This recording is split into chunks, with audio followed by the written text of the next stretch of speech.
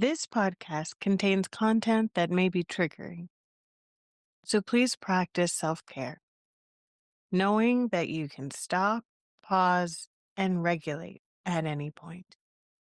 In our description, you'll find a free resource to help you do just that, to ground throughout your listening experience.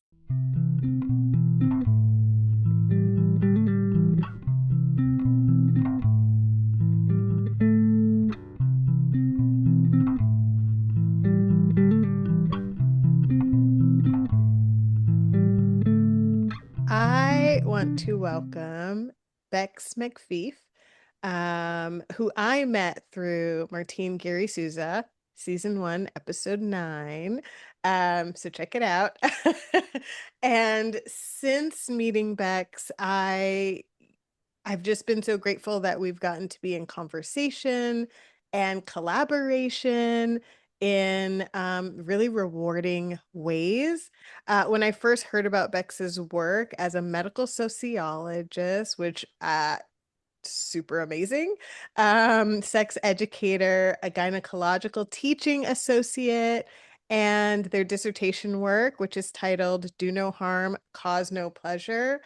I was like over the moon that someone is doing all of this amazing work, some of which like I had never heard of. And so this gives me such hope and inner glee that we get to talk today and that everyone gets to hear more about the work that you're doing. So thank you, Bex, for being part of this, season of Be the Bloom, and welcome. Thank you so much, Ebony. Yeah, I've been looking forward to just having an opportunity to geek out with you. It's Yay! about time that we got deep about this stuff. Yes, Thank you let's so do much for it. having me. I've been enjoying the podcast too. It's been really Awesome. helpful. Oh, I'm so glad. All Mhm. right, let's jump in. So I'm going to start off inviting you to share um, a little bit about your story Mhm. and what brought you to the work that you do today. What a good question. What a big question. And a useful one to think about, to check in with every once in a while. The way that I tell my story, my professional story, it often starts on a late evening when I was in my undergraduate. I was getting a degree in rhetoric and film studies, which seemed like completely unrelated to everything that I'm doing, except until recently it has looped back around again. I've realized that it's always been the same topic. Everything that I've been doing is all the same topic. But it was late at night and I was struggling to work on my thesis and thinking about the future and what was going to happen. And I had an insight. And so I took out this journal and I had an array of colorful crayons around me. And I was thinking about how a lot of people dedicate their lives to kind of a way of doing things, or like a mode. So people, I had a friend who decided to be a documentarian, wanted to be a filmmaker, and then they would figure out the subjects of their different documentaries as they went. Or someone who wanted to be a teacher, and then they'd figure out what subject it is and where they teach. Um, and I knew that I need a lot of variety, and I would be changing jobs a lot and wanting a lot of differences, a lot of variation in what I do. So I thought about, instead of choosing kind of like a direction, what if I chose a topic area, where I would approach it from as many different angles as possible so that when I did change jobs or move somewhere else, I would still be building sort of like this area of expertise that would be really well rounded. And so what I did is I had just come out of a women's sexuality seminar at my small liberal arts college that was pretty transformative. It was based on a lot of like women's health movement stuff of just sitting in circles and talking about your body. And I realized that I wanted to do that. I wanted to just talk about bodies and sexuality. And so at the time, I wrote down sexual health and well-being. Now it's more sexuality and gender, but I think the gist was there. And so in a big red circle, I had that in the center. And then I brainstormed all of the different ways that I could approach it, where I could be a sex educator. I could work in HIV treatment. I could do HIV testing. I could work with sex workers. I was doing film, so I was like, what if I just edit porn for a while? What if I You can write about it, you can do art about it, you can do direct service, I could do sex therapy, like all of these different ways that I could approach this same area. Um, and so by the end of it, it was just this overflowing bubble chart with all of the rainbow colors of the different ways that I could approach this topic that I really cared about. Um, and it was like over a decade later when I thought back on that and I realized that I'd done it. I didn't realize that I was doing it the whole time because there were plenty of times when I was like, oh, I can't find work in this, or I needed to give up, and what else do I want to do with my life? But then I was able to find my way back into this content area that I really care about. So I consider myself a sex educator. One thing I did the year after I made that chart is I moved to San Francisco to learn as much as I could about sexual health and well-being. Mm. I took training with San Francisco Sex Information, which unfortunately I think does not exist anymore, but was an amazing program where you could do training in sex ed that's been around as a phone line since the 70s. So I met a lot of people and did a really deep training, which was also learning all the different ways that you could do sex education and talk about it. I so a lot of it was volunteering. I worked on that phone line. I actually literally picked up the phone and answered phone calls from people having questions about sex. Um, I got involved in a lot of the beautiful queer and kink and like the historical GLBT society, a lot of like rich stuff. I was living, this was later, I ended up getting a master's in sexuality studies from San Francisco State.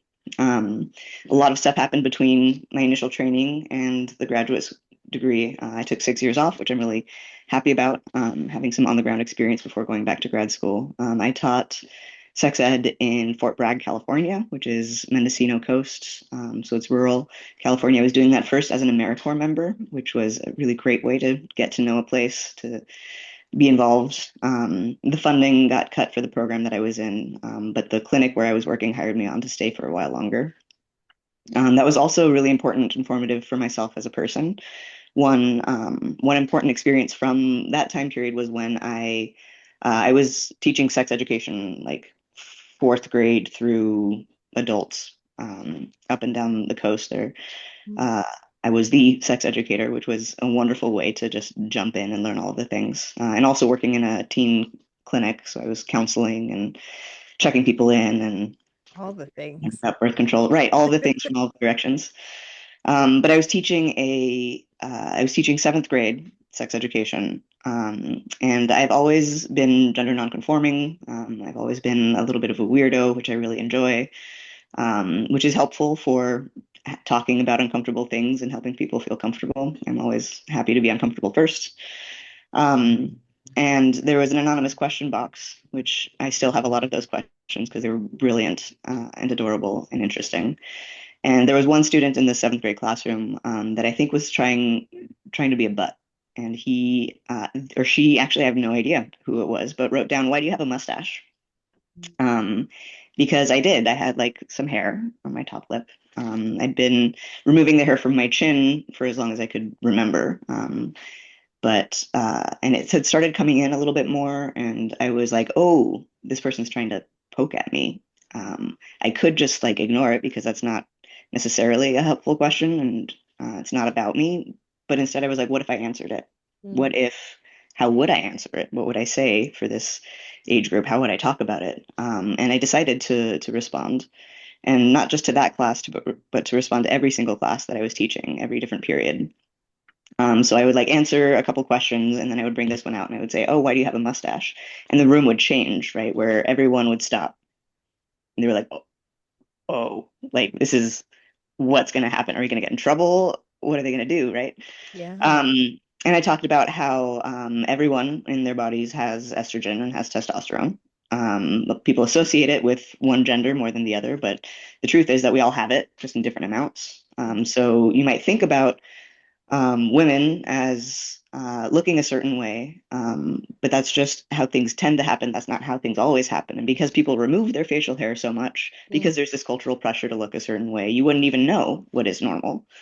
Um, and this is just what my body does, and I really like it this way. What Mm. do you like about your haircut?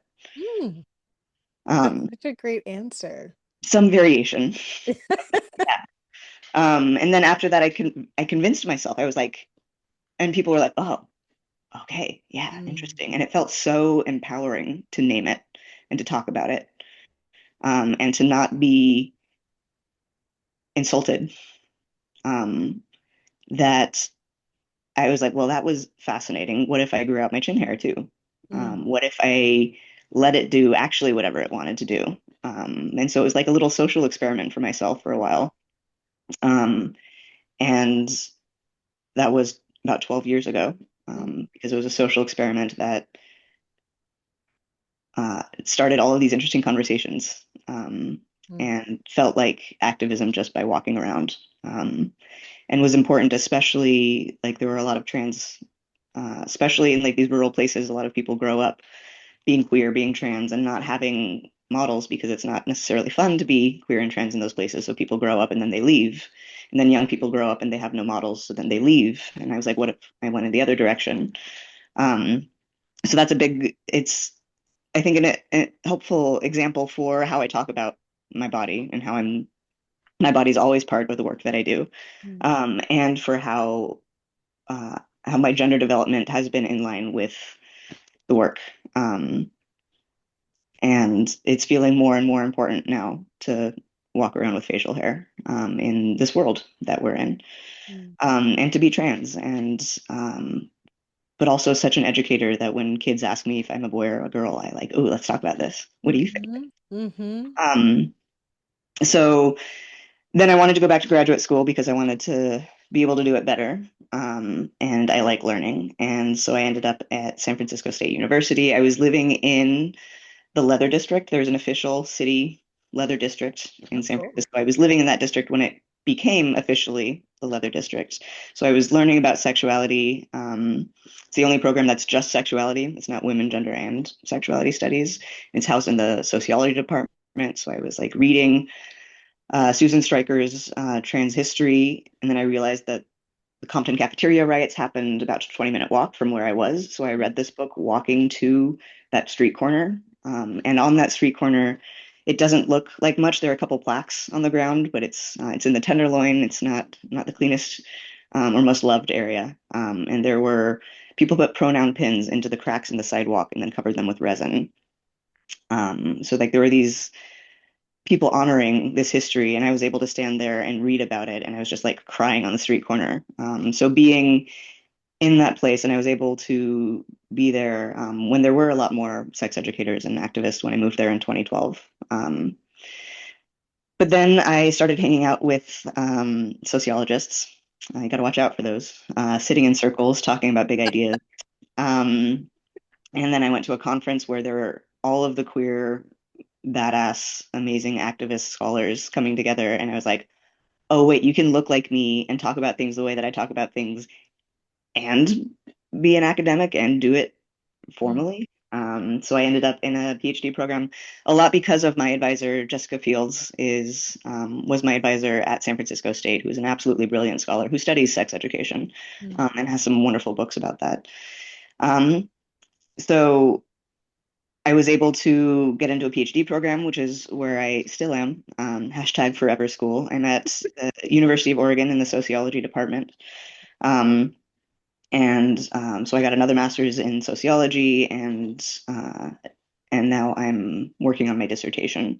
And throughout all of it, it has been this theme, this content area of bodies and sexuality and gender. And mm, there were many other little things I've done along the way, like Gender Spectrum Conference, something that I would help out with and attend as many conferences as I can. I'm really quite a slut for conferences. I do love them. Um, I just went to one that was decolonial philosophies at my mm, university. So especially these things that aren't like obviously clearly in the center of my work, but that still really matter. One other thread that happened throughout all of this. So I was working in trying to find work in sex education in San Francisco, mostly graveyard shift jobs so that I could try to do stuff, but I couldn't find work in it because there are a lot of people, it turns out, who want to do that in San mm, Francisco. So I kind of gave up and moved away, but didn't really give up. And then I got a call back from a job that I had learned about in the SFISI, San Francisco Sex Information. Did I say it's SFISI, like sphincter? SFISI is how you would pronounce it. Um, that something that I heard about that was an absolute dream job for me. There was someone who was teaching who teaches at medical schools how to do genital exams. Mm. And once I found out that he wasn't a doctor and that he had these like wonderful opportunities to actually do stuff in the medical field, I was like, that's what I want. That's what I want to do. It's a part-time job and a seasonal job. And I that was about 12 years ago. Um, And so I'm still doing that now. It's a summer job, but there's a brilliant organization in the Bay Area. It's called Project Prepare. And they are also have a long legacy. I think it was 1981 that they started. So what that is, a gynecological teaching associate is someone who in healthcare schools teaches pelvic exams and chest exams by in these small student sessions, maybe like 3 students to 5 students at a time, teaches them how to do these hands-on exams, how to do them in trauma-informed, compassionate, comprehensive, um, and human ways. So you teach them how to do it, and then they practice it on your body under your guidance. Mm. Um, and there is something about it that is so empowering. There are a lot of people who are survivors who do this work because it's an opportunity to bring your lived experience and your perspective and your body into this medical institution that has caused a lot of harm for a lot of people, and try to make it better. And you're the one in that setting who has the control. You're the one who's receiving the exam, but you're also the one who's teaching these like future medical doctors Mm. what to do and how to approach things and how to think about it, and how to think about. There's opportunity, especially with that organization, to bring in other important stuff that we should be talking about. Um, so that is what I did my research on for the first several years of graduate school, and I have a couple papers out there about it, which was mostly about like kind of queer activism that happens in that role. Mm. And that was the one of the foundations for what I'm doing now. So gynecology, sex education are like my areas, and then gender and sexuality and embodiment. And I felt there's limits to gynecology, to how progressive and how much activism can happen there and how much change can happen there just because the structure is so it's like tightening more and more, like it's closing in on um, what you can do, and all of the stressors. Like being a healthcare provider right now is not, it's really not easy. Nope.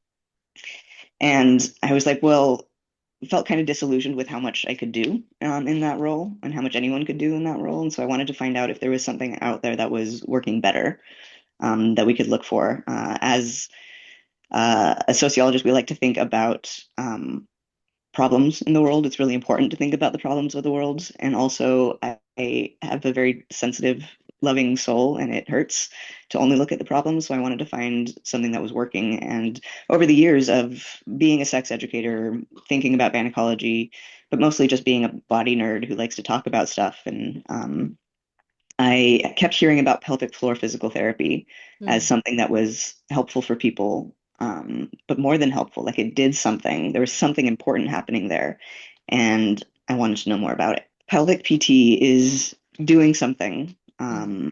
that isn't happening in gynecology or mainstream biomedicine. It's not just helping people heal the issues, but it's also kind of transformational in how people perceive things and how people think about their bodies and how Mm. people feel their bodies. Where one of the ways that pelvic PT works is that you feel your body more. The goal is to learn interoceptive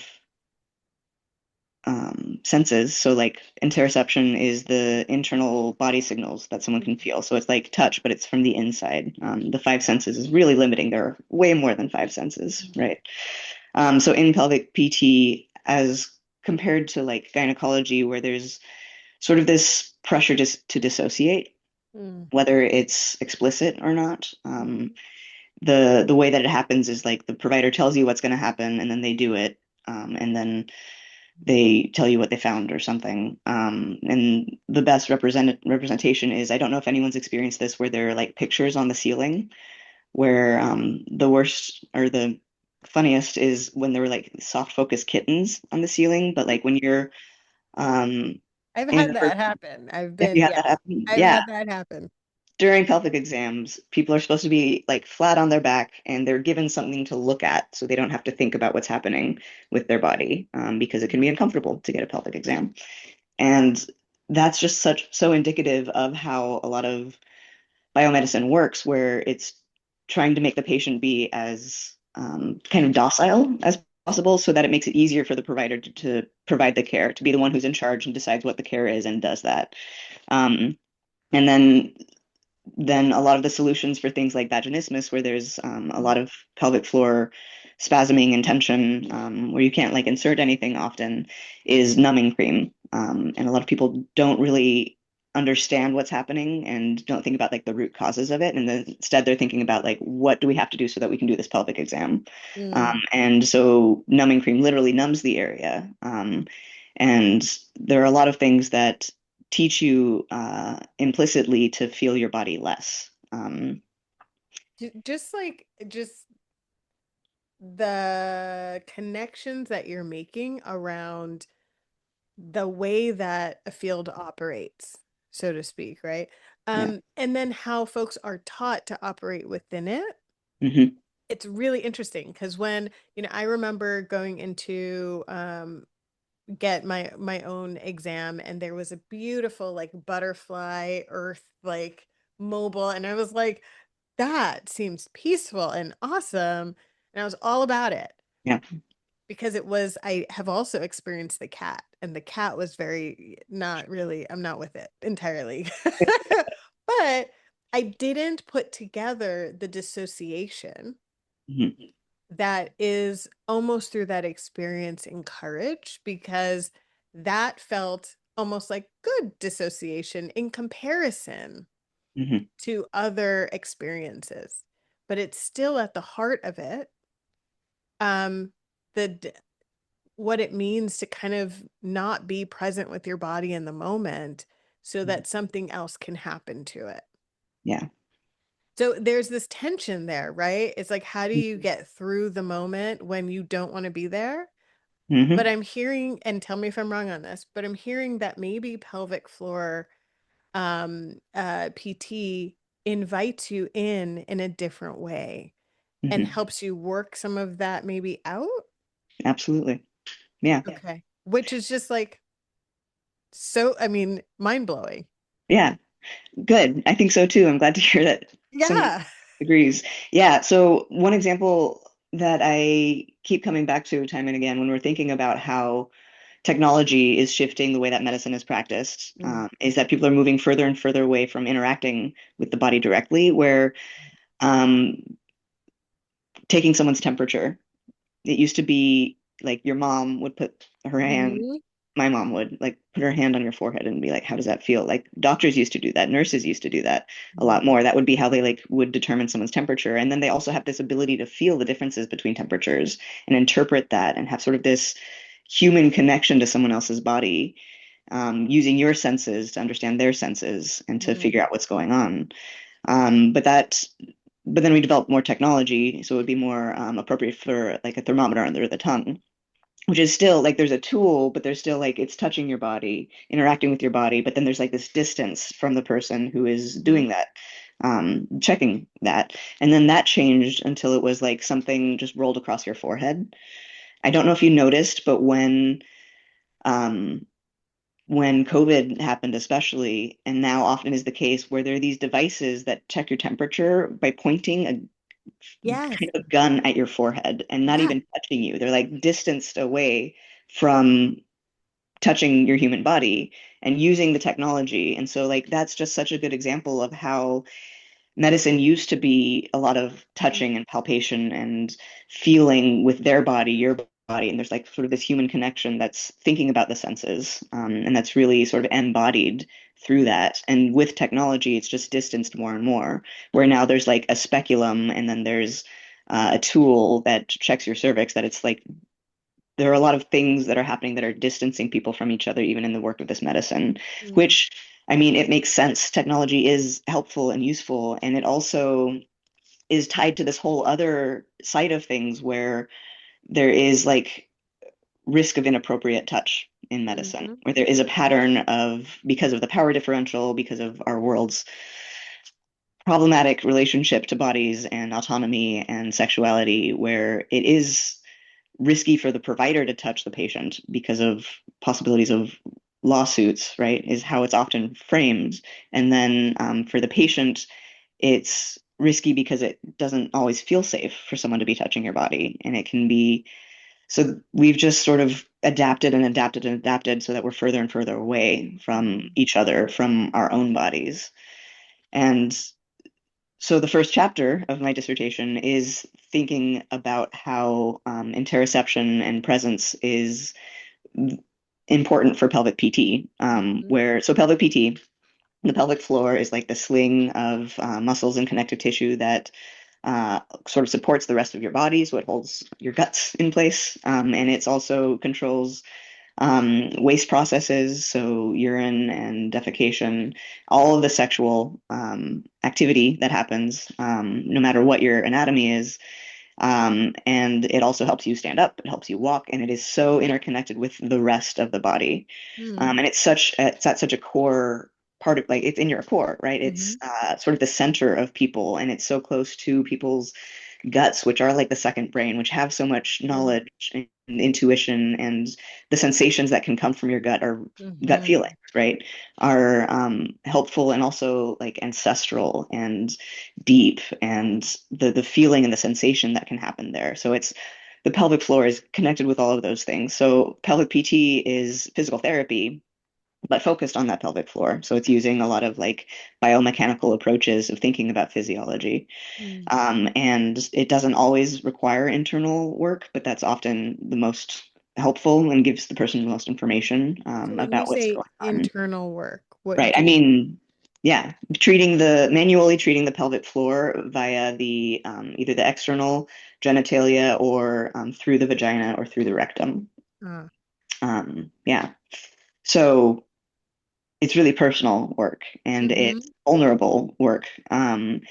And it requires you to feel your body more. But that's also sometimes that's the goal of pelvic PT, where just being able to feel your body more helps you understand what's happening with these conditions that someone might have. And when I talk about conditions, I'm talking about it can be incontinence, it can be pelvic floor, like organ prolapse, like a lot of things that happen during childbirth. It's most traditionally known as a postpartum care, right? With your body goes through a lot and then it helps you sort of recover and understand and heal. Mm. But it's also for so many things. It really helps with sexual dysfunction, especially like vaginismus or vulvodynia, which are these urogenital pain conditions Mm. that make it impossible to use a tampon or to have penetrative sex. Or it can also help with endometriosis. It can help Mm. with um, pain that you don't understand where it's coming from. It can help with sometimes hip problems are connected to that. I have a close friend. One of the first times that I heard about pelvic PT was this friend of mine who has migraines, and pelvic PT helped them with their migraines because it Mm. turns out that our bodies are all connected, right? Yep. Who would Um, have thunk? so yeah. And one really important thing that I want to point out about this that's a big part of why I'm looking at it is because everyone has a pelvic floor. Mm. Doesn't matter if you have a penis, doesn't matter if you have a vulva, doesn't matter if you're intersex, ambiguous genitalia, as they like to say it. Like, Mm. it doesn't matter if you've had gender affirming bottom surgery, so you have a neo vagina or a neo phallus, you still have a pelvic floor. So Mm. even though it's mostly associated with women and vaginas, just like all of reproductive health is mostly associated with women and people with vaginas, I in doing my research, I have interviewed 48 people, and that's 29 patients and 19 providers. So I'm looking at both sides of the interaction. And Mm. I've also done focus groups with pelvic care providers, mostly pelvic PTs, three different focus groups where we're all talking together about what's happening in this work. Mm. And yeah, so that's the basis of my work. That's me trying to explain what the dissertation is, but also wanting you to know all of the different things that are happening, I know, because there's a which lot going on. if Yeah. you can't tell, I'm over here smiling so much because Yeah. it just is so exciting. Like this type, I mean, this is the stuff I get excited about because when you say everybody has a pelvic floor, and I think about how just in my mind, some of the things happening right now is like the limitations of referrals. And I Yes. don't know if you're finding this, but as you speak to, a lot of times the referrals tend to be like folks who are postpartum. Mhm. What would it mean to think holistically Yeah. about um about pelvic floor therapy as being for everyone? That is the first time I've heard anybody say that. Ah, Um, and also just even fully explaining what happens. There yeah. are folks who go for pelvic floor therapy, go for many different forms of care, but they Mhm. don't know that there's going to be internal examinations or internal anything, right? Yeah. The idea or the assumption is that if you've shown up and you have given consent to be here, then Mhm. anything that happens within care here is okay. Yeah. And I know that that's not everyone. Like there are folks who are really practicing in a really informed, consent-based way, but you just drop so much expansive and yet foundational things that should be foundational knowledge. And so I'm sitting with a lot of that and excited Mhm. about it because what does it mean for this to be accessible Yeah. to everyone? Hmm. I don't know. Could be. We could do that. Yeah. Yeah, absolutely. There's one of my favorite sociologists is Asia Friedman, who does a lot on the sociology of perception. Mm. And she wrote my favorite book. I don't think it's just my favorite academic book. I think it's my favorite book, other than this children's book about what makes a baby. I That's love that actually my favorite book. book. Oh Yeah. my gosh. Fiona Smith and oh, I'm so but What Makes a Baby is the name of it. Silverberg. Silver, yes. Oh, Corey, yeah, no, Corey no, yeah, Silverberg, Fiona Smith. That one. very That is true. actually my favorite book, and I would read it in every intro to sociology class that I taught. And it Oh, was so amazing to have these like undergraduates who are kind of standoffish a lot of the time, but then I'm like, we're gonna do story time and you're gonna sit on the floor or in the circle around me and we're going to read this book. And by the end of it, they're just like yes. kids again. They're just like enraptured with this book. Anyway.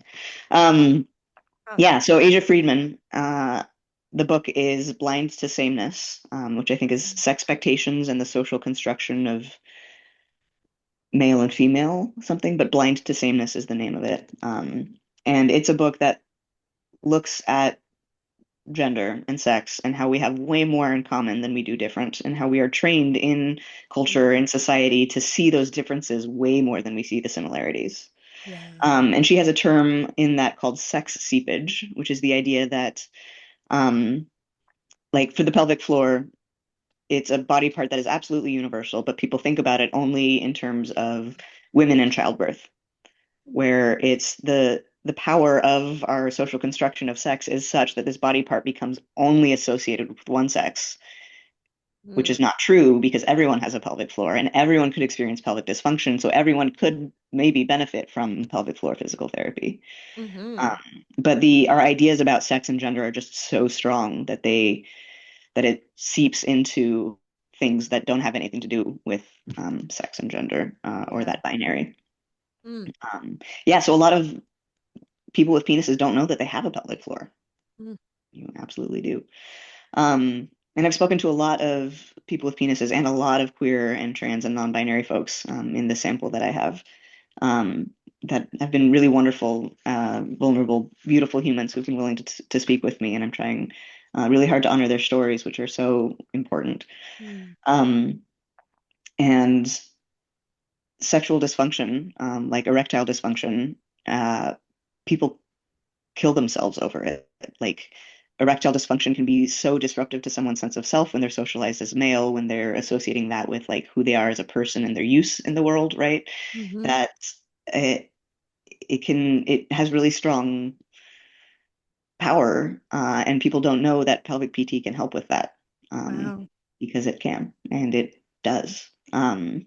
And then also like anything like pain conditions, any kind of rectal problems, like there are a lot of things that because it's just the pelvic floor and then the entire field is seen as just like a women's thing, that we're cutting off access for a lot of people.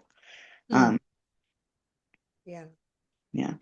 So how do you, because I feel like we've definitely, you've just expanded so many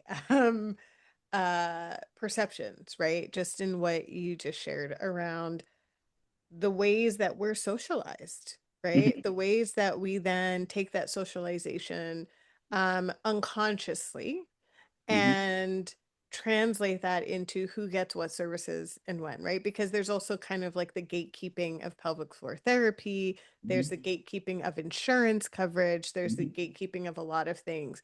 Who is deemed based off of an insurance company on who would qualify for pelvic floor therapy and then be mhm, resourced into it as if the provider even knows that, hey, this would help with ED, for example, right? mhm, And so there's all of this expansive thought that I think is really important for care providers and for folks seeking care to even know in the first place that, hey, this might be an option for you and you can advocate for that. mhm, I am wondering or wanting to pick up on a thread mhm, around how sexual violence survivors, right, across the spectrum of what that can look like, um, how this speaks to like that intersection of care mhm. and what you might have found. Yeah. Yeah. Thank you. Yeah. Um, so much. It's the same. It's the same topic. Like all of this is Mhm. it's the same topic as this insight that I've had recently. Mm. That it's all threads that lead to being more human and in our bodies. Um, Yeah. and the things that keep us from that, and the things that can help us with that. So, if I'm, thank you for reining me back in. If I'm going to go No, back no. to the, I need supervision these days. I'm just too excited about too many things. And literally, I have study buddies lined up throughout the week so that there will be someone sitting next to me so I don't get No, too I love where you're taking us. Like this good. is Great. good. This is I love Yeah, the let's go. journey. Welcome to graduate school when you're not neurotypical. But so my first chapter is looking at how important it is to be present in the body during pelvic PT. Mm. And the way that I introduce this is with the stories of two participants who I spoke to. I'm calling them Erin and Justin. One is a queer woman, a white woman who's also ethnically ambiguous, which does impact some of her experiences, Hmm. and then a straight white man. And I introduce sort of pelvic PT with these two characters with their two stories for many reasons. For one, they're just like astoundingly aligned. Like these two people have such close experiences in their lives, and in their experiences with pelvic PT and healing and just so much that it felt really important, especially because they have different anatomies and different bodies. But both of them are CSA survivors, and both of them had have a lot of pelvic dysfunction, um, which manifest in some similar ways that are known to be associated with trauma. And both of them have been working through healing from their childhood experiences where they were failed by medicine, were not able to get the care that they need, which are stories that show up unfortunately a lot in my work, and which I try to like. The system is just setting people up for failure. But so they were able to find alternative modalities and care teams and therapy, and have been doing a lot of like really beautiful, amazing work um, to heal and recover, especially from these physical symptoms, because we hold a lot of trauma and we hold a lot of tension in our pelvic floors. Hmm. One way that I like to think about it is when a dog is scared, they tuck their tail, right? Hmm. Um, we don't have tails as such, but we still have tailbones, and we Hmm. still have that like animal sort of response when we are in fear, where we tuck our tail, where we clench our pelvic floors, and that like When we strengthens us, hold. Yeah. gives us more power to our core so that we can defend ourselves and protect ourselves. Mm. And also, it clamps down on the body, and over time, it causes problems. Mm. Which is why there's a huge association with especially sexual trauma and pelvic floor dysfunction, but also just like general trauma, long-term issues that people have. And so they eventually found their way to pelvic PT, which was a turning point for both of them. And what happened in pelvic PT is they both realized that there was a lack of sensation in their pelvises, that they didn't feel things. Justin was talking about like from my sternum to my knees, there was nothing. It was like a dead zone. Aaron described it as frozen. And so like for Justin, he was able to have sex with people, but he was just following the script. He didn't actually feel things, and didn't wasn't present in his body during it. So both of them find their way to pelvic PT, form these positive relationships with pelvic PTs, where the main difference from medicine is that they have time, because it's many sessions over, say like an hour, 30 minutes to an hour long session, and then for weeks, maybe months, maybe years. Wow. Wow. That's the main difference, and that's what allows for presence to be possible and to be safe, is Hmm. because you build this relationship with people, and because you don't have to do internal exams right away. You don't have to do internal exams ever. Hmm. People get pelvic PT without any internal work, and it's still effective and it still works. So can Um, can you just speak to yeah, that option and then the it just I think it's really important to highlight the relationship yeah. and how when there's any sort of trauma, one of the ways that folks kind of can heal from that, one of the ingredients in the recipe of healing includes consistent, predictable, safe relationships. So Yes. time allows for that, and it allows the brain to feel in the here and the now with Hmm. that relationship, with that predictability. Absolutely. And because the trauma is the opposite of that, Hmm. even if, the traumatic event happens on a predictable timescale, there's not safety, there's not predictability of safety. All of those things come into play. So it's kind of a setup with, going to regular, everyday medical appointments where you've got maybe 15 minutes, if that, and it might be a new provider. And so where's the safety development? And you might see them once a year. Yeah. So I think that's super important to highlight, along with like the the ability to not have internal exams. And Yes. who tells you that besides you? Like, who tells you that? Yeah. So when I'm talking about pelvic PT, I'm talking about a kind of like a particular kind of pelvic PT. I'm calling it counterclinical pelvic PT, Okay. where it's not, there are people who either start out being like really sort of different in the way that they approach the body, or there are people who do pelvic PT and then figure out that that's the way to do this most effectively. But Mm. there is like a physical therapy that is very biomechanical, that is very, this is what your body is doing. I'll talk about how to do it and give you these exercises, and you go home, and we're just like really thinking about the body, just like purely physically. Mm. The pelvic PT that I'm talking about that is way more common in pelvic PT as opposed to other kinds of physical therapy um, is is a little different, is a little willing to go outside of the boundaries of that, which is which I talk about a lot. And it's the second half of this first chapter with Aaron and Justin's stories. So, but in pelvic PT, it's common practice from the people who I've interviewed, in the circles that I've sort of gotten to know, to in that first appointment, you don't do internal work. In that first appointment, you do some assessment. You mostly just talk to people, and you have time to talk to people. So you're asking questions that a doctor doesn't have time to ask. Mm. You're asking deep questions, and like your pelvic floor is connected to everything else. So you can ask about if they're comfortable talking about bowel movements and talking about sexual function and talking about way more than just to assess someone's STI risk or if they Mhm. need birth control. It's like actually figuring out what is their practical experience in their bodies day to day. Um, you get much deeper, and so a lot of it is talking, and then they present the options, and they there's like an accompaniment that happens where instead of having a provider telling you what to do, sort of that top-down model, which even if we try patient-centered care, just the structure of if you have 15 minutes, you don't really get to do that. Hmm. So you have to just like do the things to get them the care because that's your Hmm. goal. Um, which is also important. And um, but there's like a curiosity where they're sort of more on the level with the patient and getting to know the patient and their body and their body's experience. And there's more opportunity for them to believe someone's subjective experience and Hmm. to make connections between this thing that's happening now and this thing that's happening in your hip or this thing that's in your lower back or this um, history that you have with these things or the trauma that shows up in these different ways. Like they can really, one person calls it mapping the galaxy of someone's experience. I love And that.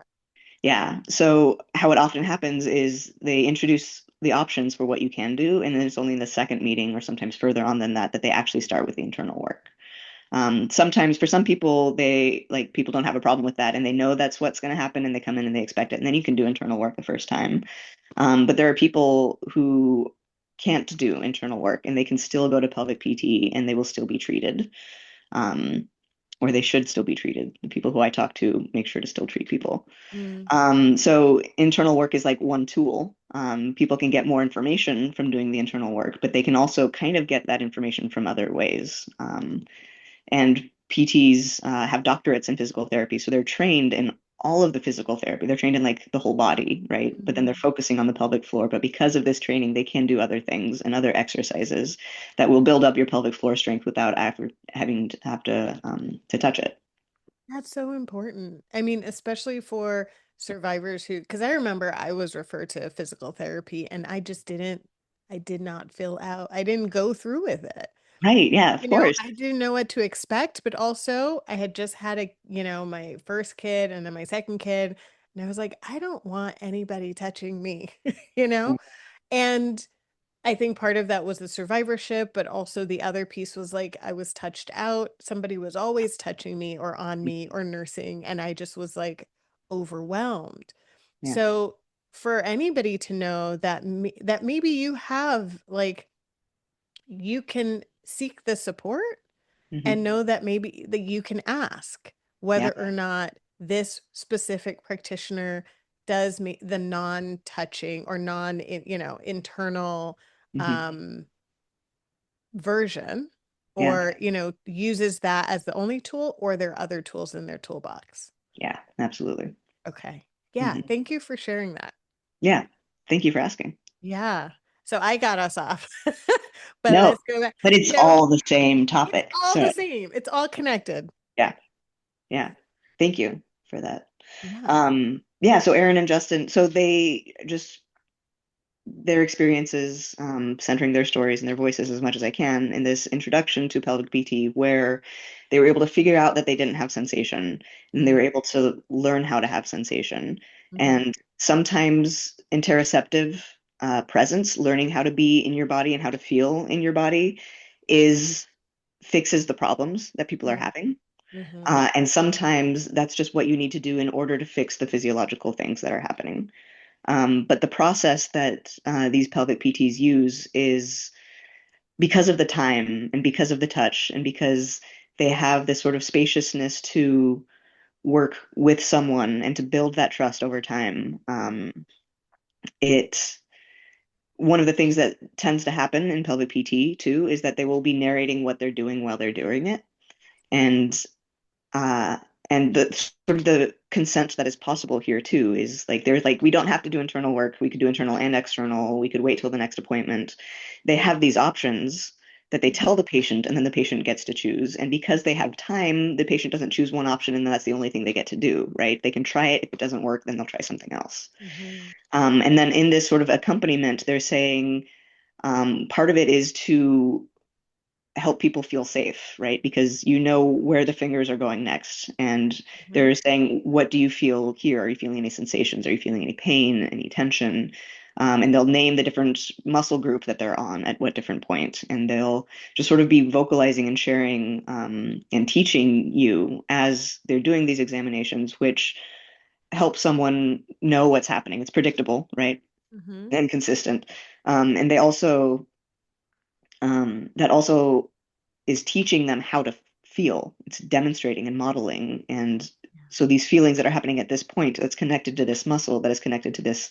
Sometimes they like there's this moment where someone will find the point of pain where for some people who've been dismissed or not had their pain taken seriously, the moment when a pelvic PT is able to be like, is this the spot that's causing you a problem? And for someone to have that feeling, that Mm, validation just like makes people cry, right? That validation is just transformative to have another human who can feel this thing and identify this thing that you've been trying to get help for a really long time. mm, Um, so just touch is so important and feeling is so important. And it's just not really possible. It's just so much harder to do that in safe ways when you have 15 minutes and when you are mhm, using this like metal or plastic tool or when someone is flat on their back for this exam, which is one thing that I teach that Project Prepare teaches is you don't have to be flat on your back to get a pelvic exam. mm, When I teach, I have to be following along and I have to use a hand mirror to show people where to go and what to do. So I'm up at an angle. And that also means that you can make eye contact with the person and have conversations with them. And you can point something out in the mirror so that they can see and be like, is that something that you've noticed before? Or this is what your cervix looks like, right? Like there's mm. so much more um, possibility for engagement when someone is up and able to make eye contact. And then in pelvic Yeah. PT, you don't even have to use the stirrups. I try to call them footrests because there are no horses involved, but we absolutely know it's stirrups, right? It's stirrups. That's what people know them as and call them. And you never use a speculum. I don't think anyone uses a speculum in pelvic PT. So instead of having this like cold, distanced tool that also has this huge racist history, right? Mhm. You're it's bodies and bodies. And there's something about like if someone is touching that point of pain, they can feel it from this side just as you're feeling it from that side. And that's just like so human to to have that. So then, obviously mind racing with everything in a good way, in such a good way, because it Yeah. makes me think about imagining a doctor or, doing this, Hmm. right? Implementing what you're sharing. Yeah. And I wonder the the ways in which like resistance shows up, Hmm. even if folks know, right? Like somebody listening to this, um who they want to offer this type of care, Yeah. but they are not comfortable with themselves, right? They're not comfortable using a mirror to look at their own cervix. Hmm. They may have a history of sexual violence. They might just we're all products of this Yeah, society absolutely. that shames and problematizes the body. Like, how do you imagine, right? If everybody were to do this, practitioners were to do this and have this type of relationship with folks seeking care, how might it reduce things like, medical sexual violence, right? Or sexual assault, Hmm. for whatever the many different reasons folks can talk about it. How would it all look then? Hmm. And then two-parter. Hmm. For providers who, like, as they're listening, there's like something showing up in their body. And I invite folks listening to notice like what's showing up for you Hmm. as you're hearing. You know, the patient could be upright and not leaning back, not making eye contact with you. They could be upright. You could be making eye contact with them. You could be fully engaged and embodied in the practice. Notice what shows up for you. Hmm. How would you encourage someone to get there? Yeah. And Yeah. can repeat any of that because I know it's a mouthful, but yeah. So good. Yeah. Well, I think that's part of why pelvic PT is so exciting, and I'm so grateful and honored that I've found it and that people are sharing with me as much as they are, is because this is what it would look like. Like we do have an idea, even if some of the goals are different, even if like the training lineage of physical therapy, which is different than MDs or nurse practitioners or sort of the biomedical approach, even though the technicalities are different, this is what happens if someone has time. Mm, Um, to do these things and has the consistency of like one person over time to do these things, that you can see that it's satisfying for both people. It's more satisfying for both people. Um, I think it's the system. Like we are in this system that has set things up in this way. One thing that I keep coming back to in my work and also just in life is how we have twisted ourselves up in such knots adapting to the circumstances of our own making. Mm. And our own making, it's not necessarily all of our making, it's like a few rich white guys who are now dead, right, have set up these Mm. fundamental systems, this like capitalism, right? And then insurance systems that are capitalism taking on some faces of medicine that are Mhm. actually providers, right? Where because of the way things work, we're not able to take that time, or there's limits to how much time you can take, or you can take that time, but you have to be in private practice, and then people have to afford it for you to be able to see those people. Um, and so these systems have got to go. Like insurance is not Mhm. necessary. It is not necessary. I've been really grateful to work on the health and welfare trust of my union as a graduate student at UO. We manage our own insurance, which is I think the only union that Wow. does that and that has mostly control over the insurance process. And just learning how that system is just so complicated and unnecessarily complicated, but kind of on purpose because that's how they oppress us, is they keep us Mhm. confused and they keep us filling out forms and doing Mm. administrative stuff instead of being human with each other. Yes. Um, and that's impacting the practice of medicine, and with like managed care and quotas, and it's like an assembly line, and people are not Mhm. machines, so it doesn't actually work. Where I encourage people to organize, because with this, there's like a lot of things in this world, but especially in medicine, like we have these words for informed consent and we have these ideas of what it is. Unfortunately, informed consent is a legal term more than anything. Like it was designed to be a legal thing. Mhm.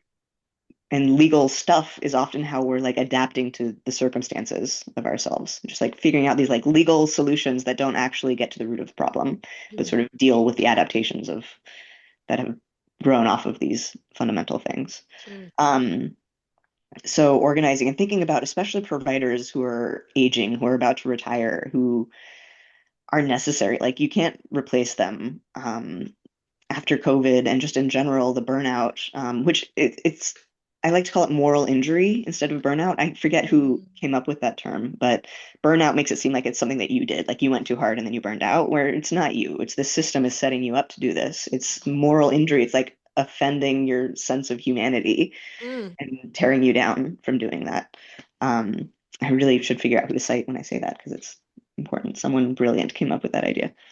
Um, but people who are about to retire push things, especially like using the status that you've developed before you go, like really make things happen and organize across fields too. Like one of the ways that they oppress us is by making things complicated and also by making them fragmented. They Mm. have like you see this one primary care physician who then refers you to this person, who then refers you to this person, and then you work with these insurance people in the meantime, and like all of the different siloing is keeping us from talking to each other, Yeah. and is controlling us and keeping us in these isolated places where we're not able to make change happen on a large scale. So talk to people across fields, talk to people in your workplace. There's this thing that keeps happening where we know what to do. Like we know what needs to happen. Like Mhm. I think about this a lot with climate change. Like we know exactly what needs to happen. Mhm. Like it's not a question of science anymore. Like we know what's going on, we know what needs to change, and we're just not doing it. Yeah. And I think that's also the way with medicine. Like providers, you know that you need more time with people. You know that you could do so much more if you had that space. Mhm. So push for that space in a wider structural sense, like universal healthcare, right? Yeah. There are people who have been working on these things, and so don't reinvent the wheel necessarily, but form coalitions and find other people. That's my like big, wide push. Mm-hmm. That said, we are in these systems right now. So one thing that I think about a lot, especially when I'm talking about interoceptive presence with learning to be present in your body as healing from trauma, is pelvic PT is really white. It's overwhelmingly like cis white straight women, right? As providers and as patients. Mm-hmm. And if I'm connecting that to being present in the body, dissociation is a really effective survival strategy. Mm-hmm. It's how people get through things. And if you're not in a place where it's safe enough to let that go, that's okay. Mm-hmm. So being dissociated and like looking at the mobile above you in order to get through a pelvic exam, in order to get your health care, or um, finding out how you can be put under for things, or when you're getting another kind of surgery, that's when you get a pap smear with your full and informed consent, like actual Mm-hmm. informed consent, not just legal definitions of it. There are ways to do what you got to do to get healthcare and to take care of yourself. And I think about how the kinds of trauma that can be healed in pelvic PT or that can be working towards healing in pelvic PT, it makes a lot of sense for like CSA or sexual trauma, where there's a thing that happened and that is over now, right? But if you're thinking about like ongoing cultural trauma, racial trauma, like that hasn't stopped and you're still surviving in it. And so maybe it's not the time for you to let go of the dissociation and to be present in your body and to feel your body more. And that's okay. Yeah. Yeah. Um, I mean, yeah. and just to add, I think even with a lot of what I'm hearing you speak to, and a lot of what people tend to speak to, is that even though there was like the old trauma, it gets replicated in these systems, right? Yes. And therefore, because the brain doesn't know the difference between the then and the now, it Hmm. feels like the now, right? Yeah. So you go to an appointment and you're told to lay down and nobody tells you what else is happening. They just do stuff. It replicates it, right? That's why there's a higher rate of traumatic birth for survivors, right? So Yes. in the midst of the replication of the harm and also the continued um, the continued harm that happens at the intersections of marginalized identities. Hmm. Yeah, dissociation is a tool. Like we all dissociate, right? Right. Trauma or not. Everybody dissociates every day about little things. We just call it something nice like daydreaming, right? Yeah. It's all the same thing. Hmm. But the extent to which folks dissociate and the impact of the harm and how much work it takes to come back Yeah. or to stay in that place, that's the other stuff, right? Hmm. And I'm so much of what I'm hearing you speak to is that you begin to be able to kind of work some of that out in the body possibly Hmm. when you have care Hmm. that is affirming of all of who you are. Yeah. Right. And this doesn't seem like a magical, mystical thing in the world that nobody's thought about, and it takes a rainbow and like glitter to make happen, even though that is lovely. Hmm. It is it's within our grasp to be able to do this and create the conditions of care that are not just trauma informed, but trauma reducing. Yes. But it takes the knowing and Hmm. it takes internal ability to connect for that provider Yeah. and to ground and to do their stuff, right? That ethical Hmm. mandate, I call it as a therapist, like the ethical mandate to take care of my stuff, to take care of my side of the road, so Hmm. that if something is triggering to me, I don't put that on the person in front of me Hmm. because it is not their responsibility to hold it, Yeah. right? Unless they're my therapist or whatever. But, aside from that, right? So I'm really hearing like yes and in this. Hmm. Use the tools you need, but there is a responsibility, I believe, to create the conditions that care is going to not be something people just have to grit their teeth and move Yeah. through, hopefully one day. Hmm. Absolutely. Okay. So then if you had something like a skill, a tool, a article, a practice, a training, I don't know, Hmm. whatever it is that you feel that providers you would highly recommend, Hmm. what would it be? Um, well, first, can I speak to you Please had a do. thought about Please go dissociation? for it. Yeah. Yeah. And you're absolutely right that everyone dissociates. And it's also important that our culture is really dissociative if we're Mm, thinking about bodies and how bodies are talked about and talked around. Um, one thing that it's huge. Our entire culture, especially the way that things are going right now, is teaching us to dissociate, is mhm, teaching us to not be in our bodies and then not connect and then to not connect to the bodies of those around us.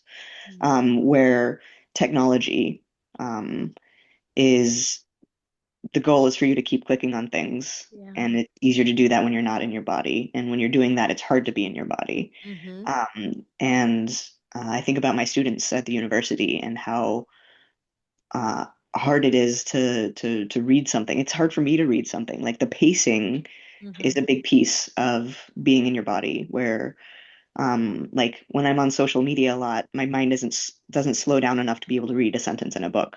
Like Mm-hmm. a lot of what is pushing this sort of general dissociation is this urgency that we have that absolutely shows up in medical appointments, um, where it's capitalism. It's like you have to be productive, you have to keep doing things, you have to have your phone on while you're watching Netflix. So they're making Netflix really obvious and slow and telling you what the plot is 5 times so that you can be on both of the screens at once. Like it's really encouraging us this sort of overload. And then like a lot of the political things that are happening, right? Flooding the zone, like giving us so many things to be scared about, is moving things really fast and keeping us away from our own bodies, which is keeping us away from each other's bodies. Yeah. Um, a lot of uh, what I'm thinking about ties into Audre Lorde and the uses of the erotic as power. So that is a recommendation. It's an essay. It's in Sister Outsider, Mm-hmm. and it's short. It's like 5 or 6 pages. So if you haven't done the social media detox enough to be able to read something, you can read this because it's pretty short. You can also hear her read it herself on YouTube, and that is powerful. But this has been transformative for so much of my work. I have a picture of Audre Lorde over there just looking at me while I talk right now. Um, Oh. and the main premise of this is it's sort of exploding the idea of the erotic, where it has, especially in our culture, in patriarchy, white supremacy, capitalism, the way that it functions is, she calls it like a plasticized sensation. Like Mm-hmm. it's not deep feeling, where she talks about the erotic as like this, she calls it like a feminine spiritual plane, and as it is a source of, it is a resource and it is a source of information. So I think about this a lot when I think about our gut, right? Which I was talking about at the beginning, which is so closely connected to our pelvic floor. It's all of our core. It's where anxiety, like the feeling of anxiety, if you're able to isolate some of the feelings that you're having in the world to what's happening in your body, that can be so useful because and then that sort of like gut intuition feeling, sort of the senses that come from your pelvis and your gut are telling you information. Like your body knows a lot, and that's one way that you access it is by learning to feel it and associating these feelings with this circumstances, and just sort of like Mm-hmm. learning your own body. Like just be a sociologist of yourself, can be really useful. And then one of the main interventions that she offers is, for one, like reclaiming sexuality from this sort of, she calls it pornographic. And it's complicated because there is some good ethical porn now, more than then, Mm-hmm. uh, than when she wrote it. But using people and sort of getting off and like sort of the commodification of sex, versus when it is like poetry and deep feeling. And Mm-hmm. so much of our humanity is in our bodies and is in our guts. And if you can feel your pelvis more, it's easier for you to connect to the humanity of someone else. Hmm. And so she makes this connection between the erotic and activism and social change. Like once you are able to sort of feel that deep feeling or that deep connection with someone else who you're in love with, who you're like your bodies are together, right? That once you can feel that deepness, it's hard to go back to the status quo. It's hard to not have that be part of everything that you do. It's Mhm. so really thinking about the connection between embodiment and feeling and sexuality. It doesn't have to be sexuality. I spoke to a lot of people who are asexual who get pelvic PT who also have really important experiences with that too, right? Where that's where the power comes from. And that's why it's so oppressed, right? Is because there's so much power to change and to resist and to form community and to form coalition and to fight and to have sort of the juice that you need to keep up the fight. Because the stuff that's happening right now, it's not acute. It's your brain might think that this is like an acute thing that I need to do something about right now, but it is so chronic Mhm. and it is lasting a long time and it is a long haul. And so connecting with yourself and connecting with other people is the way that we do it.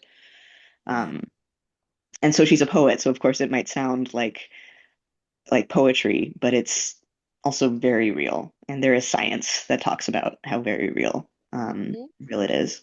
And yeah, so sometimes you got to dissociate, but also recognize that trying to do more than that is absolute resistance and absolute love and absolutely revolutionary. Mhm. Um, Mhm. Yeah. And there can be safe places to land. yes. And yes, I love that recommendation for folks. And I'm going to include, since you've YouTube videoed it, I'm going to put it in the link so folks can check out the YouTube video Hmm. along with a reference to the book. I actually have my Sister Outsider book, my second version, because somebody else took my first. And and yes, yes, sometimes reading the words of those who came before and spoke that are um those are the power moments, those are the safe places to land, right? And Hmm. so being able to lean into that, thank you for sharing that piece. Yeah. And that does conveniently lead us to a recommendation. There's a lot of really badass Black feminists and queer Black feminist work that Mhm.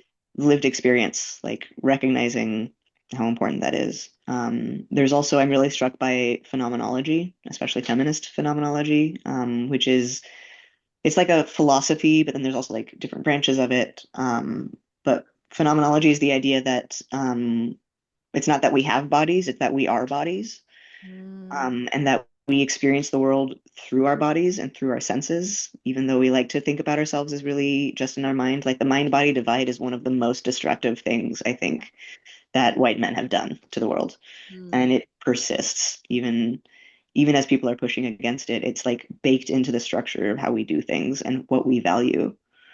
Mm. Um, Mhm. so another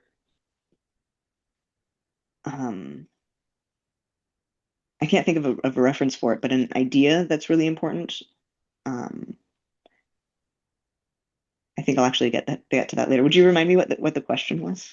Yeah, yeah. So, thinking about if there are any books, tools, trainings, articles that you would recommend to care providers and anybody, right? Folks who are seeking care, who want to do a deeper dive on anything that you've spoken about. Yeah, absolutely. Well, I uses of the erotic as power. There's also pleasure activism by Adrienne Marie Brown talks about it and also like includes that essay and also talks about it and talks about how influential it is. And that's again following the voices of Black queer feminists, which is super important. Um, I was thinking through this and I like wrote down a bunch of things. Um, The Care We Dream Of is a book. It has a subtitle that I can't remember, but it's LGBTQ Voices on Healthcare. It's edited by Zena Sharman, who I've had the pleasure of meeting recently, who's also like has a Substack and is a brilliant human worth knowing about. Uh, she also did The Remedy, which is, I think, Voices on LGBTQ healthcare, which is stories of people's experiences in healthcare.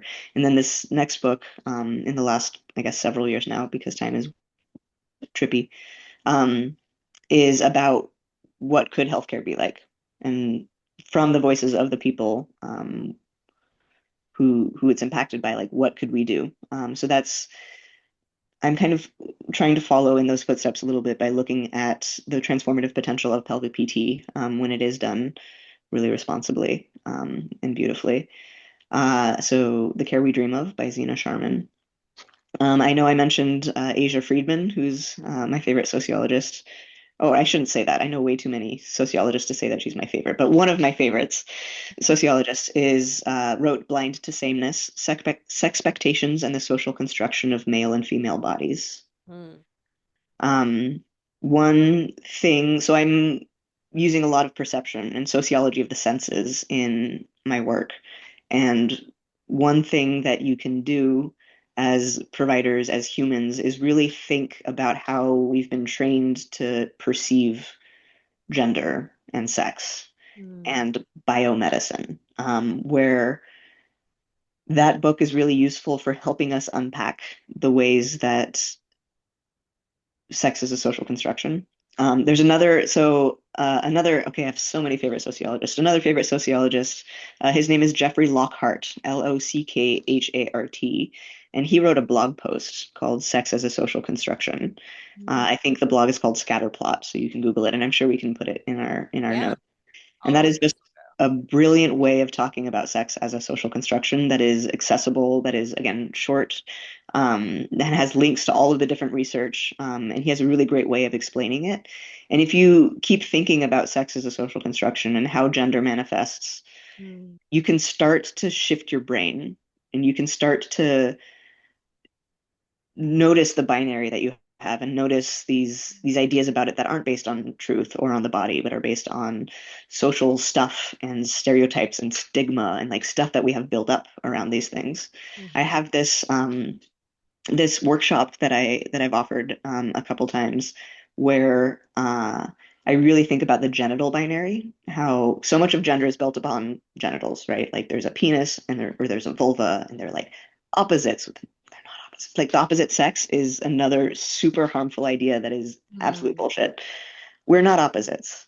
We're not competing. We're mostly the same. And so I have people think through genitals where we think about them as opposites, but if you think about the embryonic development of them, you can really start to visually see how it's just the same parts set up in different ways.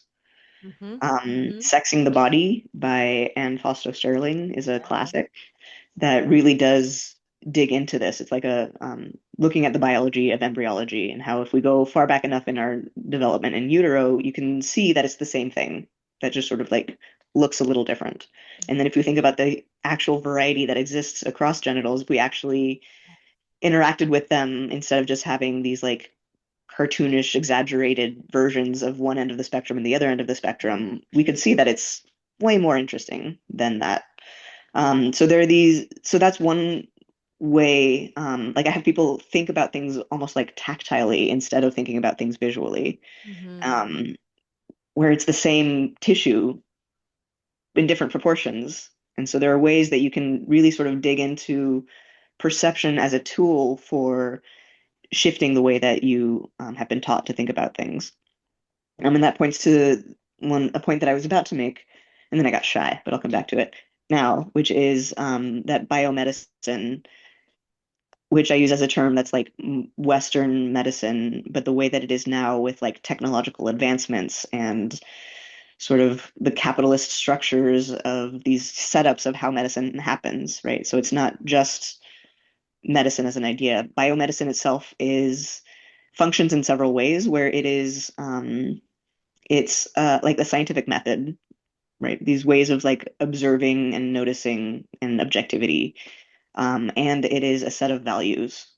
It is a cultural set of values that we use to judge and perceive things. And it's just a tool. And it's a culture. There's like a culture connected to biomedicine where it's a tool. It's not actually, we don't know everything through it. We don't know all of the answers through biomedicine. It is limited. Right. But the way that it is glorified in this world and in our history makes it seem like if biomedicine doesn't know what's Mhm. happening, then nothing is happening. Yes. This is moving from referrals to specific suggestions, but my the medical trauma that can happen shows up a lot because people realize that it was medical trauma after they go to pelvic PT and see a different way, and Mm. they're like, "That was not right." And some Mhm. people have trouble going to a gynecologist again after having pelvic PT because they struggle to go back to that, which is why there are a lot of really great pelvic PTs who have referral systems to help people find um, people who are more aligned. Um, but but anyway, so my sister is a family medicine doctor, a physician, and she and I have a lot of really wonderful conversations, and it's really helpful. Shout out to Tess MacFife for grounding me in like actual practice when I get into my theory world, which is what sociology is.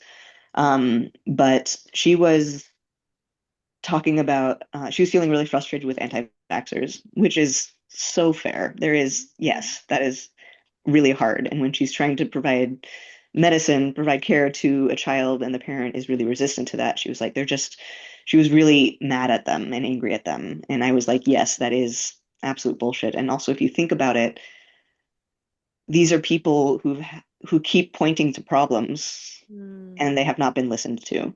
Mm. And people are like dismissing their lived experience because the biomedicine, the evidence doesn't show it. Yeah. And over time, hearing that over and over again, of course, if you find this alternative explanation for what's happening, that's going to make sense to you. And if these are a lot of anti-vaxxer stuff is from like privileged white women who do have resources, um, And and someone's listening to you though, right? Like somebody yeah, is finally listening and saying what you're yes, saying is my experience or it's real or it's true and you're not alone. Yeah, yeah. I hear that. Yeah, so it was just like this side conversation. I like barely remember having that conversation. And then about a year ago, my sister mentioned it again and like thanked me for that. And she told me that she's shifted how she talks to people about things, where now it happens a lot where there are people who are like going through all of the tests and are trying to figure out what's going on and they can't figure out what's going on. And they'll be really upset in the clinic with her and they'll say like there's nothing wrong with me. And she will now stop them and say it's not that there's nothing wrong with you. It's that with medicine we don't have the tools to understand Mm. what is happening with you. And just that shift, like people the response that people have. Like I'm tearing up thinking about that, right? Like just sort of that recognition that your experience still happens and still exists and still is an experience. Like honoring the subjective of that person, um, recognizing the limits of biomedicine and the limits of a doctor and the limits of um, what medication can do and what surgeries can do. Really recognizing that biomedicine is a lens, um, Mm. and honoring that other things exist. Um, Yeah. yeah, and That's so yeah. No, that's so important because there are doctors who, and I've heard this in the context of survivorship, right? Who survivors may show up seeking care for something that can't be found Hmm. and will come back seeking care for something that can't be found. And folks are like, well, what do we do with this person? We've given them all the tests. We can't figure out what's happening. What do we do? Because they continue to say something's wrong. So I think that perspective is so key Hmm. to understanding and voicing transparently the limitations of Yeah. biomedicine. And it is not the be all. Like just because something can, and this is where I go back to earlier, you talking about the limitations of the five senses, which incredibly limited, right? When people think about knowing that, for example, racism is happening to them, Yeah. and folks being like, "Well, how do you prove that?" And Hmm. no, like there is a knowing, a bodily knowing, but because other folks can't see it Hmm. in the same way that someone who's experiencing can sense it and feel it, Hmm. it then gets dismissed, right? Yeah. And this is the same thing with knowing something is happening for me and the maddening reality that other people can't see or feel that or in tune that. And so I appreciate you speaking to this as something for folks to keep in mind, Hmm. um, as they're providing care. That's lovely. Ah, thank you. Yeah. Yeah. Um, um, Scientism, like Merleau-Ponty is a French philosopher who's credited with a lot of phenomenology, Mm, was really critical of science being lauded as the way that we will understand absolutely everything. And he mm, called it scientism, is the idea that we're not using it as a tool, but we are like subject to its rule.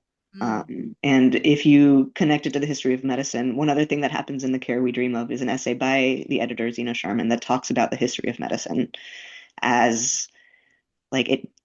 There were Black colleges. There were a lot of mhm, women becoming doctors, and then the turn of the century, the American Medical Association formed and gave Abraham Flexner the ability to go and decide that they weren't good enough and then to make MDs the only way to do medicine.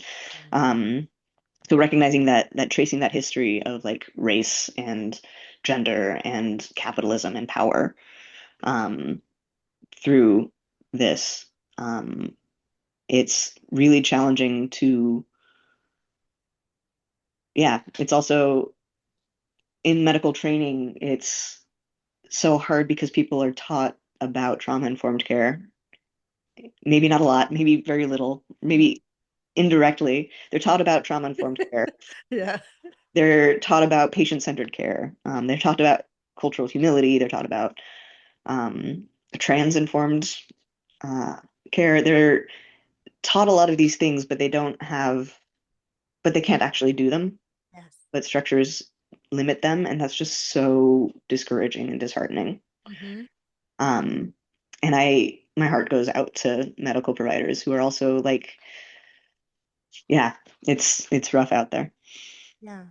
And I would even say to anybody who's listening, if that list of Yes. trainings or things that Bex just mentioned, you're like, where was mine? I didn't get that. I didn't Right. get reach out, right? Reach out to us. We can definitely direct you to some of these trainings if this is speaking to you Hmm. and the application of it, because there are some really good opportunities out there. Bex, you mentioned, a lot of the places where you've provided this training through, a range of trainings through this workshop that you mentioned that you facilitate at times. There are resources to really do this and do this well. Hmm. Absolutely. Yeah. Awesome. And then there are a couple other books that I want to give or Yeah. references that I want to give a shout out to.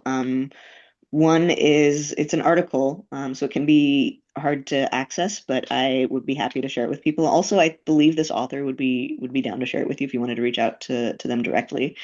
Awesome. But it's called Toward a Sociological Understanding of Medical Gaslighting in Western Healthcare. It's by Jennifer Sebring in Sociology of Health and Illness, which is a really big deal. Awesome journal from 2021. Again, the author is Sebring, Sebring. And that's a sociological structural look at medical gaslighting and how it functions. And that's sort of inspired by another article called The Sociology of Gaslighting by Paige Sweet, which is um, really important, sort of, if you're thinking about perception shifts on how some of these interpersonal micro scale things work and how they like become that way from the larger scale of things. Those are two sociological takes that have been really influential Mm, um, for me. And then I also want to reference Stephanie Tillman, or who's the feminist midwife who has a newsletter that talks a lot about sexual violence in medicine in a really important sort of structural, historical, contextual way. mm. I think Awesome. you can follow her on Instagram too as the feminist midwife. And the last one, I am a nerd. I am an academic, I guess, in some ways, is The Gender Binary and the Invention of Race. That Mm, is a book that came out in 2024. The author is Sally Markowitz. who is brilliant. So Sexing the Body is a lot about like how social construction of sex happened, right? This book points out that the social construction of sex and the gender binary were developed at the same time as race was developed. Mm, And they were developed in conjunction with each other.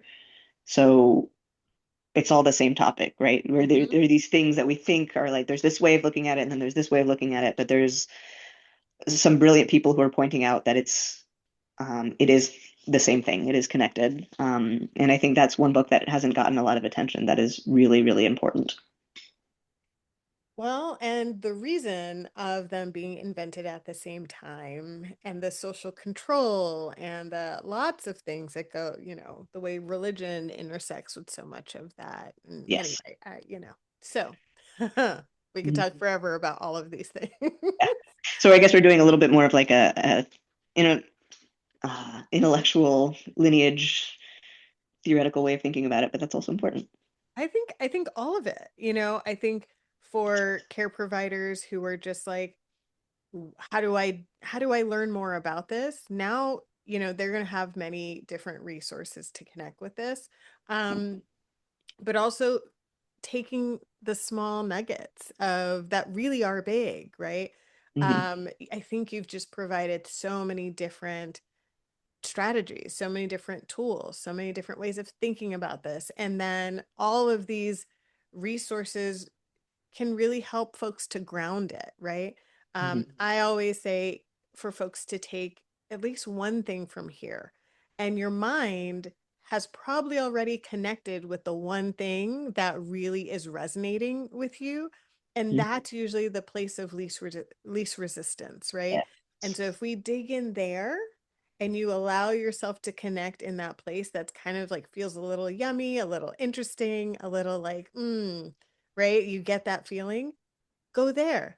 And then you can see what else flows from there.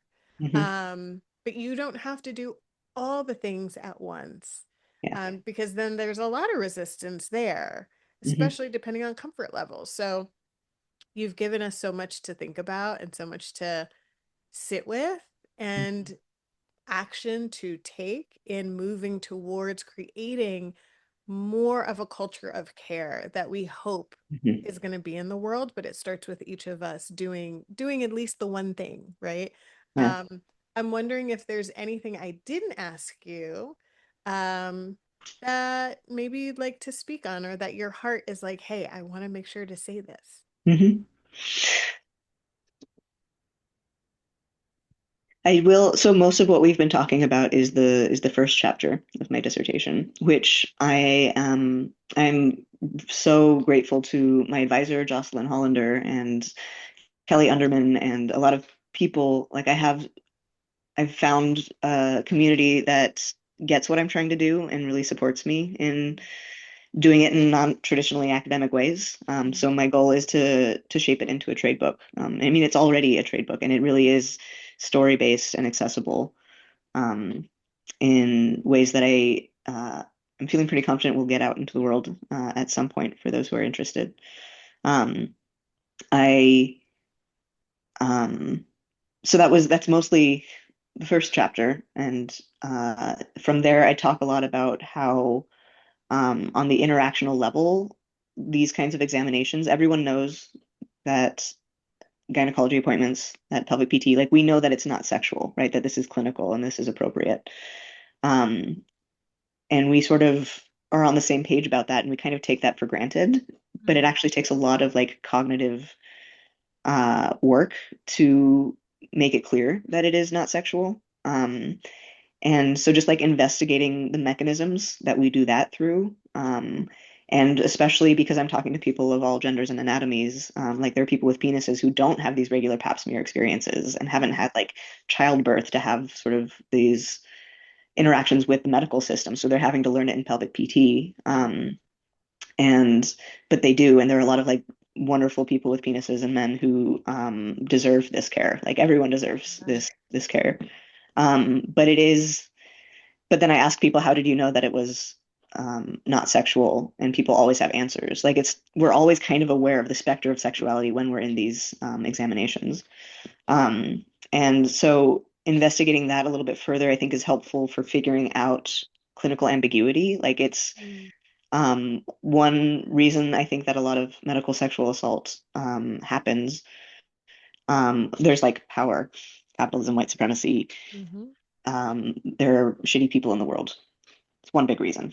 But also is the lack of communication and informed consent being a legal check mark instead of being really thorough and ongoing and human, Mm-hmm. um, is that people don't know what to expect and they aren't told what to expect. And because it's such a loaded part of the body, it's tricky. So, like, I spend some time thinking about how people make sense of that from both sides. And then the last chapter is like more complication for like when people don't agree or get the message that this is non-sexual. So Mm. I one thing that was really formative for this experience is I interviewed someone who was a cis man who was a patient of pelvic PT who turned out to be an abuser of providers Mm. who seeks this care for sexual gratification. Mm. And that like opened this whole world of like how that is something that happens in pelvic PT.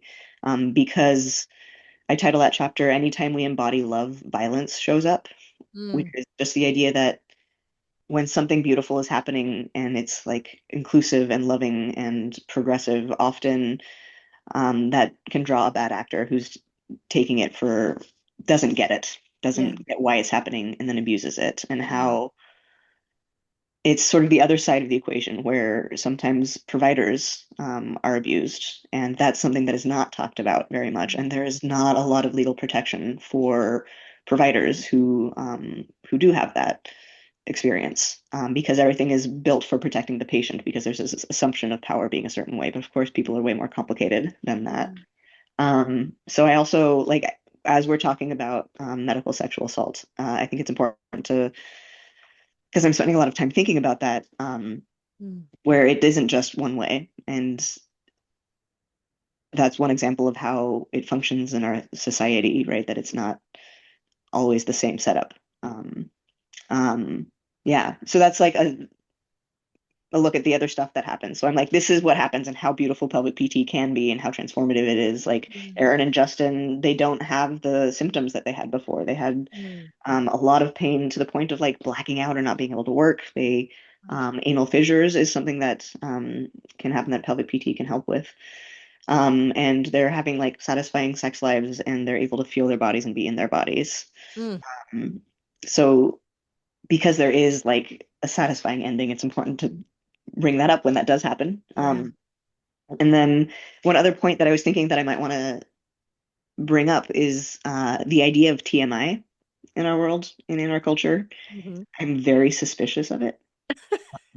I don't know if I always believe in it, but if people are thinking about how they can sort of change their perception a little bit or think about things differently, what purpose does TMI serve Mm. for oppressing people and keeping people from talking about their bodies with each other? Yeah.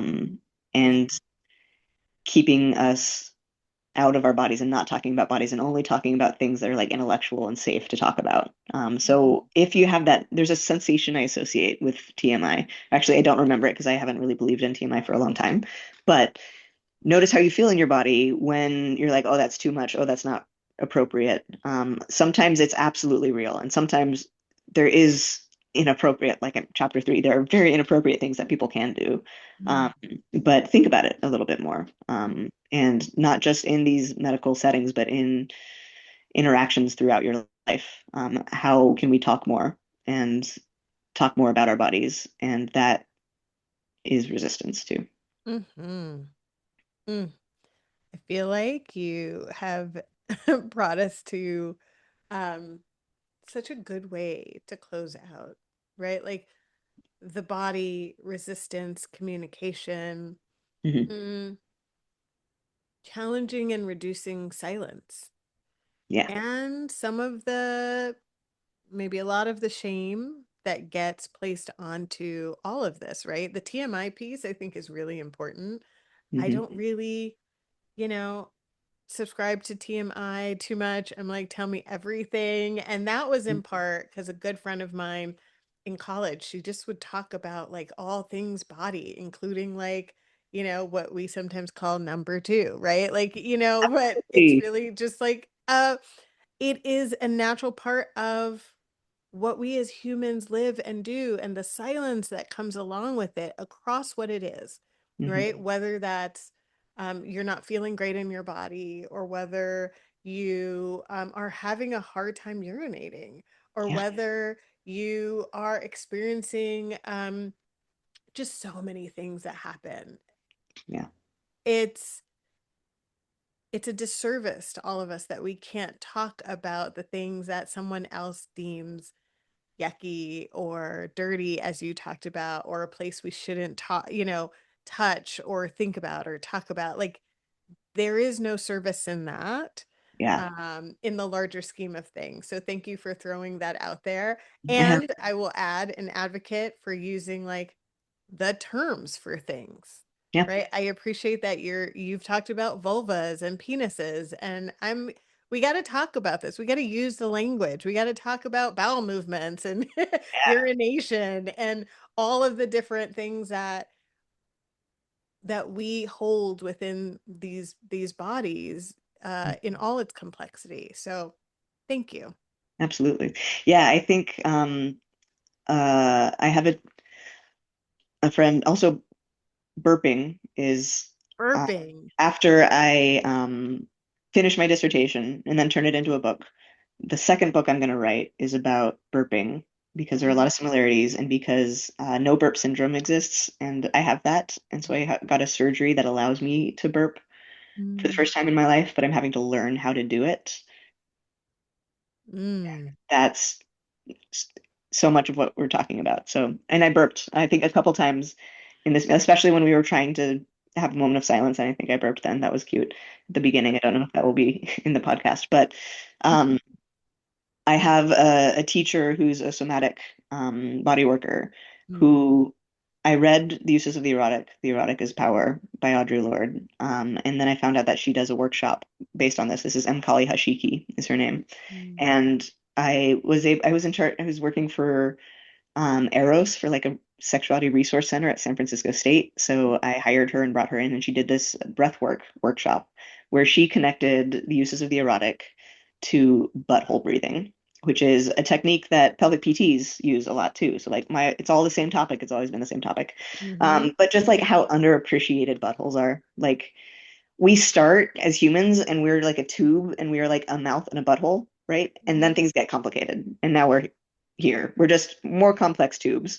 And one thing that you can do to really get in touch with your pelvic floor and to get in touch with your gut and to get in touch with like your sense of the erotic is just breathe all the way through to your butthole Yeah. and notice and relax and recognize that that part of your body exists and reclaim it because we've been taught so hard to distance ourselves from it, but it is so important and sensitive and powerful and like another that that someone actually said this breathing thing that you can do is related to Audre Lorde and the uses of the erotic. And Mm. our humanity is in our entire bodies. And so Yeah. being more in touch with our entire bodies puts us in touch with everyone else's bodies. Yes. And that's where the power comes from, and that's where change can happen. That's right. That's right. Ah, thank you. I'm so Yeah. glad that we got to like do this. We got to Yes. and thank you for being part of Be the Bloom. It was so lovely to chat. Mhm.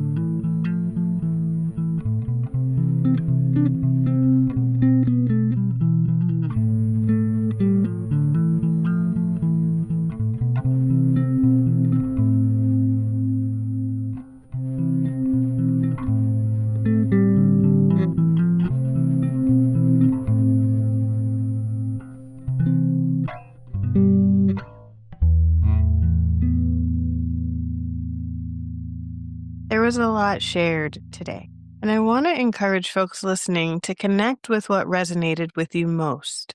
Consider one practice you can take from here and move into learning more about or even practicing if it feels appropriate to do so. If you would like to support the work of Cactus and Bloom to bring you these type of conversations and to do culture change work that builds skills, creates awareness, and improves equitable care for survivors of childhood sexual abuse and sexual violence in adulthood, consider a donation. Your contribution can make a world of difference. And together, let's see what blooms.